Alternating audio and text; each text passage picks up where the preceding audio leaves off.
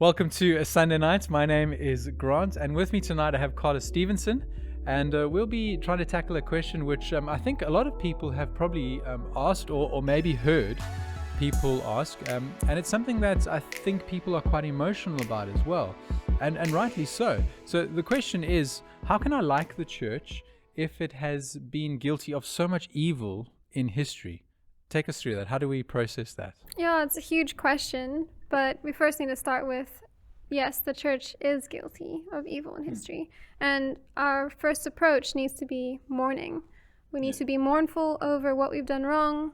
We need to look back and grieve over what God's people have done wrong. Yeah, which I think sometimes we get wrong. We're like, oh no, we didn't do anything wrong. It's fine. It's not so bad. And actually, when you start to look at it, it's like, wow, it was really bad. Actually, I mean, we think of close to home, South Africa, apartheid, just not so long ago, and a lot of what we saw there was actually justified by some Christians looking at the Bible and saying that the Bible is saying certain things about segregation and race, which is obviously not true and not what God wanted. Okay, so to begin with, we need to admit it, be mournful. Where do we go from there? So we need to be realistic, because apartheid's more recent, but actually we're talking about evils in the past, like the Crusades, even the Spanish Inquisition. This is hundreds of years ago. So we need to actually do some hard work to make sure we understand the context so that we can properly understand the evil. And also, if we do this, we're going to find often there's two people behind these evils. There's either the misguided Christian who believes something wrong about God. Someone's misled him. He's following his own heart's desires. She's following her own heart's or desires. Or there's the false teacher who could be misleading other people. Especially in history, we see people actually didn't have access to the Bible in their own language. They couldn't read it. So they were relying on a lot of teachers to teach them this. So we have to be realistic about that. And it's interesting, this idea of false teachers, for instance, it's not any surprise to Jesus, because in Matthew 7, he says to his disciples, beware of these kinds of people that will do that. They will teach you wrong, and but you can see them by their lifestyle. And you see fruits. That throughout the Bible, that particularly the New Testament, these false teachers that constantly come up in the church. You see them by the way in which they live, which is a helpful thing for us, I guess, to remember, isn't it? Yeah, definitely. And it's important because when the church and state were so interlinked, there was language used for political things that was coded in like Christian lingo. So you have to be very discerning. Trying to put it under the radar. What was going on?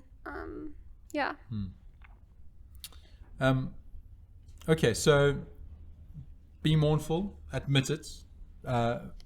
Be realistic. We kind of need to be realistic about what happened. What else? Where do we go from there? We need to be humble. We have to approach this from a position knowing that as we judge people in the past, we too are going to be judged for the evil we do. Matthew chapter 7 speaks about, for the judgment you pronounce, you will be judged by that same judgment. And with the measure you use, it will be measured against you. So we want to uphold the same standard for them and for us, and we have to realize where we fall short. We're not coming from higher ground, and the only person who is on higher ground is actually God, our Father. Yeah, which puts us in a bit of a problem, doesn't it? Because it's not just the evil and the sin of the past, but actually the evil and the sin that's here with us right now, that's actually in our hearts. How do we get around that? And this is the beauty about the Bible. It actually shows us that in Jesus we have a way to deal with this evil, and actually he deals with it for us. 2 Corinthians chapter 5 verse 21 says, "For our sake he made him to be sin who knew no sin, so that we might become the righteousness of God." So there we are being transformed from evil sinners, and by Christ becoming sin or taking on our sin for us, we actually now can have the righteousness of God instead of that evil which is so in us. Which is amazing. Like, and I think maybe what happens with this question is people think that maybe the church and Christians have this kind of this level where they would say that the church and Christians are perfect. Help us kind of see that through this humility, because I think that's probably, would you agree, that's probably the wrong way of looking at the church? Yeah. So that actually kind of leads into the next section of being hopeful. Okay. Because we're not perfect, but we serve a perfect God, and Jesus says he's going to make his church perfect. So here's Ephesians chapter 5, verse 25, which says, "Husbands, love your wives as Christ loved the church." So keep on listening. This is how Christ loved the church. Well. Yes. I think. Yes. He gave himself up for her, right?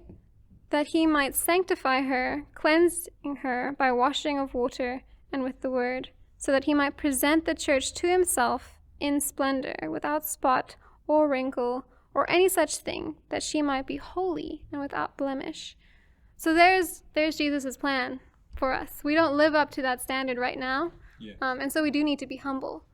But we can wait expectantly to what's coming. And I think the way we wait is also really important. Like, we can't wait thinking it's just blasé, we can do whatever we want, because we're going to be made perfect later. No, we need to wait in accordance to what we will be later on. So trying to purge that evil from within us. Yes, yeah. So what, if you had to sum it up, what would you say to someone who said to you, I'm struggling to like the church? I mean, this might even be a Christian. You know, I've heard Christians say this as well, because like the church has done so much evil. How would you sum that up? Yeah, so I would say it's right that you're struggling with this idea, because we do need to be mournful over sin, and that's right according to the Bible. Yes. But we also need to be realistic. So looking back, making sure we understand what that evil is, who is behind it, where can we not do what they did. Where can we learn, I guess? Yes. Isn't it? And why were they doing what they were doing? Yeah. It's helpful for us to know. Totally. Shed some more light on the subject. But then be humble. We're looking back not from higher ground. And the only person who can truly judge is God. And we need to be forgiving, as he's forgiven us. Further, we can be hopeful, because this is not the end of the story. Jesus is going to make his church into the perfect bride.